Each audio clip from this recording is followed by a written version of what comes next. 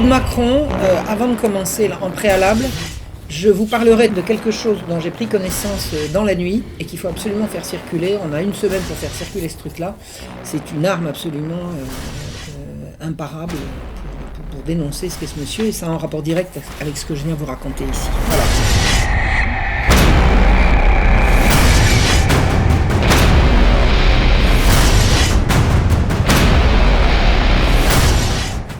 Madame, monsieur, je veux être le président de la République qui donnera à toutes les citoyennes et tous les citoyens... Bon, alors je vous explique, en français, quand on dit citoyen, on implique également citoyenne. Ce parti pris de mettre toujours le féminin et le masculin m'énerve. Et tous les citoyens, les mêmes possibilités de déployer leur liberté et de vivre la vie qu'ils souhaitent. Pour les personnes LGBTI, maintenant c'est pas LGBT, c'est LGBTI, c'est quoi I? Intersexuel, c'est ça.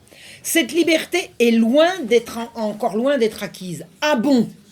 En France, les LGBT sont loin d'avoir la liberté, d'accord.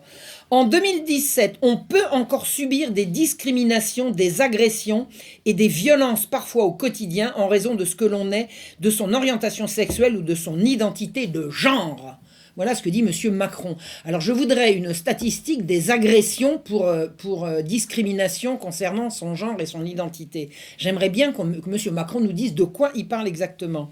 En 2017, beaucoup de personnes LGBTI connaissent encore des situations de profonde souffrance. Ah oui, alors il faudrait interdire la souffrance. Moi, si j'étais président de la République, j'interdirais la souffrance. Bah oui, écoutez. Pensez printemps. Parce qu'elles ne se sentent pas acceptées. Des personnes souffrent parce qu'elles ne se sentent pas acceptées. Si moi, je ne me sens pas acceptée, je vais faire quoi? Je vais aller faire une loi où je vais me regarder en face et je me dire peut-être que, tu essayes trop d'être accepté, moque-toi du regard des autres, ou alors accepte-toi toi-même, ça ira peut-être mieux. Hein? Non mais attendez, allez raconter qu'il faut changer la loi pour que les personnes se sentent acceptées, c'est complètement délirant. Alors... les taux de suicide est de 3 à 4 fois plus élevés que la moyenne et un tiers des jeunes LGBT a déjà fait une tentative de suicide. Il n'y a pas de statistiques à cet égard. J'ai étudié ça dans mon livre sur les droits sexuels. Cette information n'en est pas une. C'est faux. C'est faux.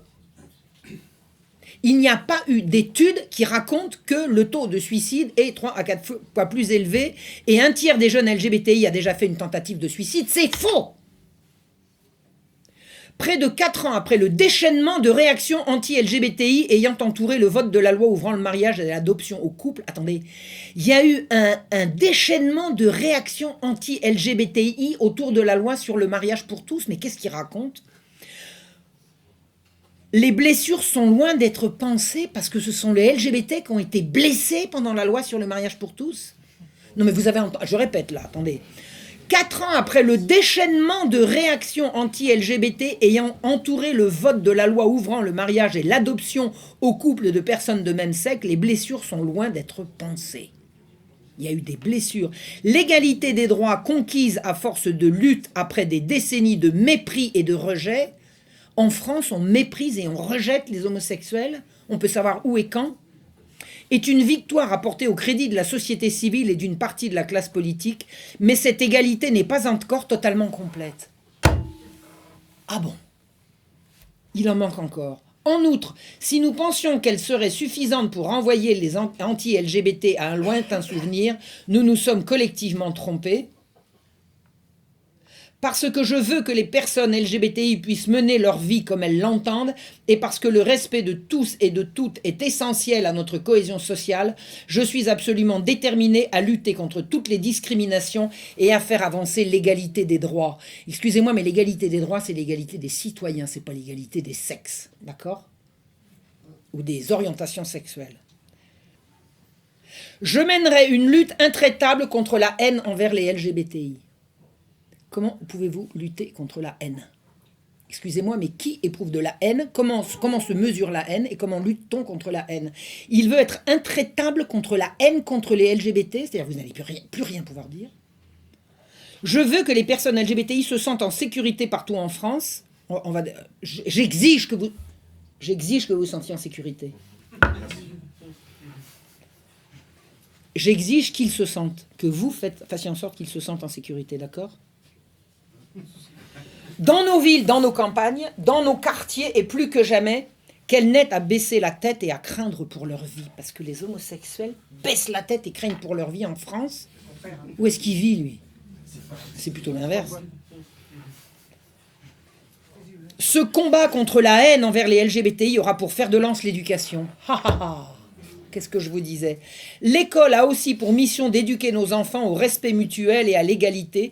Je demanderai à la communauté éducative d'être particulièrement vigilante et à l'écoute, car les souffrances causées par la haine contre les LGBTI sont d'autant plus profondes qu'elles sont éprouvées dans le jeune âge. Et là, je vous ramène au rapport de Techney du SNUIPP, qui veut lutter contre l'homophobie à partir de l'école primaire. C'est ça que ça veut dire. Il veut continuer le programme de matraquage contre la prétendue homophobie dès l'école. Je souhaite que les agents de la fonction publique, notamment au sein de la police et de la gendarmerie, soient mieux formés à ces questions. On va les faire de l'art. Ils vont se faire recevoir chez les flics.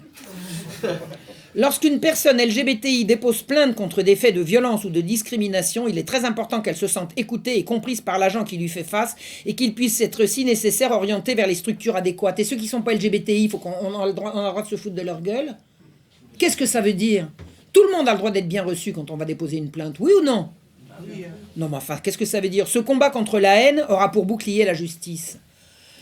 La justice va nous interdire de haïr. Mais qui peut savoir si je hais ou si j'aime? Attendez, c'est quoi ce délire? C'est quoi la haine contre les LGBTI? C'est la haine que ces gens-là vouent à des gens comme nous, c'est tout.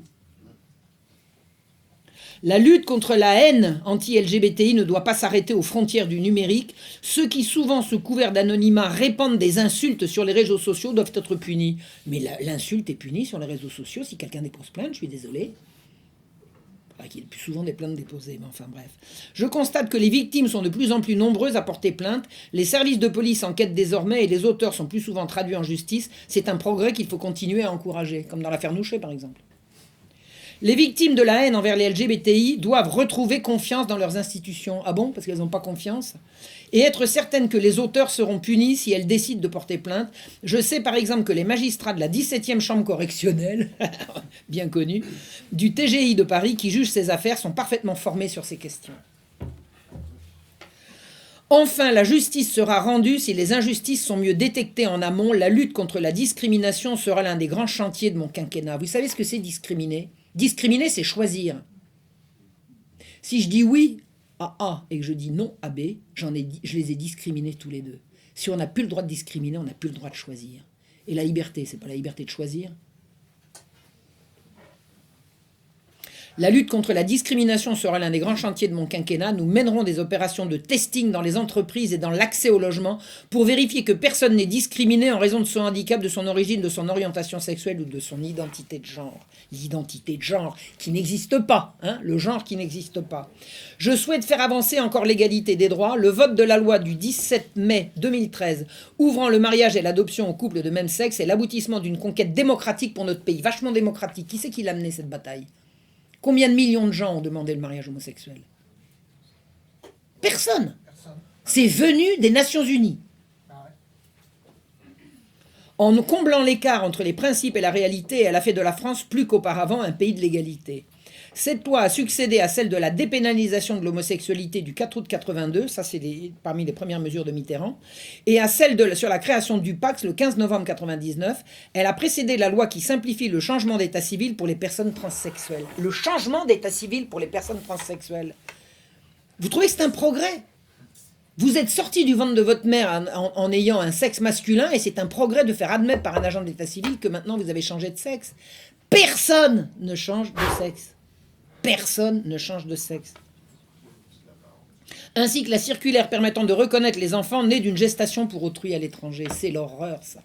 C'est le marché du gosse.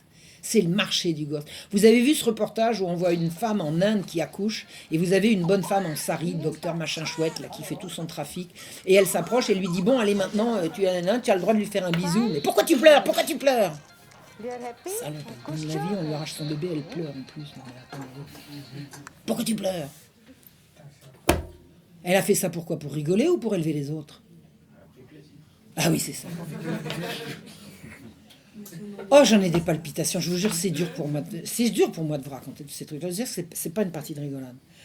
Pour autant, comme je l'ai dit, des combats subsistent et je suis décidé à les mener. Je suis favorable à une loi qui ouvrira la procréation médicalement assistée aux couples de lesbiennes et aux femmes célibataires, alors que seuls les couples hétérosexuels y ont accès aujourd'hui. Afin de ne pas réitérer les erreurs du passé, le calendrier de cette réforme sera soigneusement préparé. Ainsi, j'attendrai que le Comité consultatif national d'éthique ait rendu son avis, prévu pour la fin du printemps 2017, pour pouvoir construire un consensus le plus large possible. Cette question importante mérite un débat serein. Préserver des insultes et des attaques qui blessent les couples de même sexe et leurs familles. Et les insultes qui blessent les couples de sexe opposé et leurs familles, on en fait quoi? On en fait quoi? Se fait traiter de fascistes parce qu'ils disent papa, maman. Je suis favorable à autoriser la GPA en France et je m'engage à ce que les enfants issus de la GPA nés à l'étranger voient leur filiation reconnue par l'état civil français. C'est criminel. C'est criminel. C'est couper l'enfant de tout son passé, de tout ça. C'est criminel. C'est dégueulasse.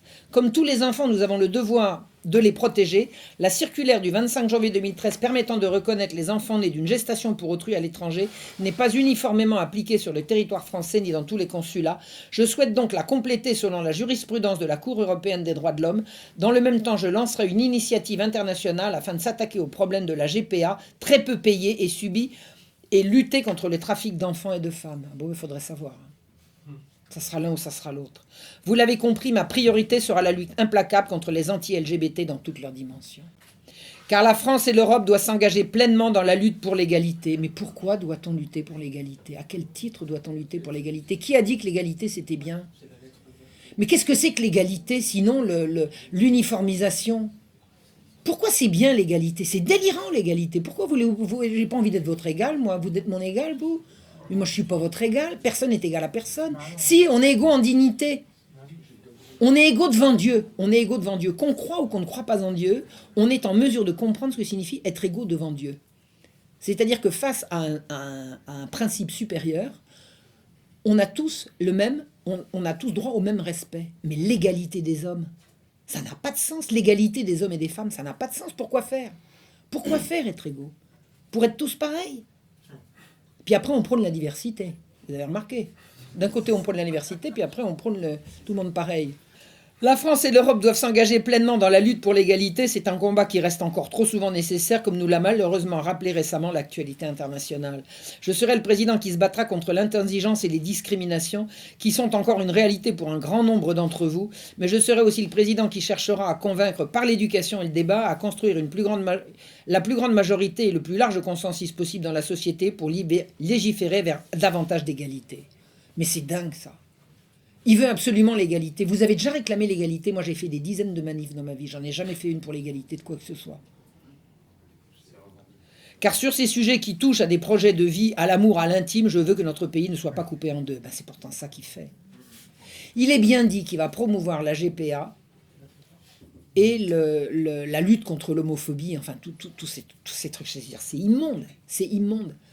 Les hommes sont égaux devant la loi. Il n'y a pas besoin qu'il y en a qui soient plus égaux que d'autres.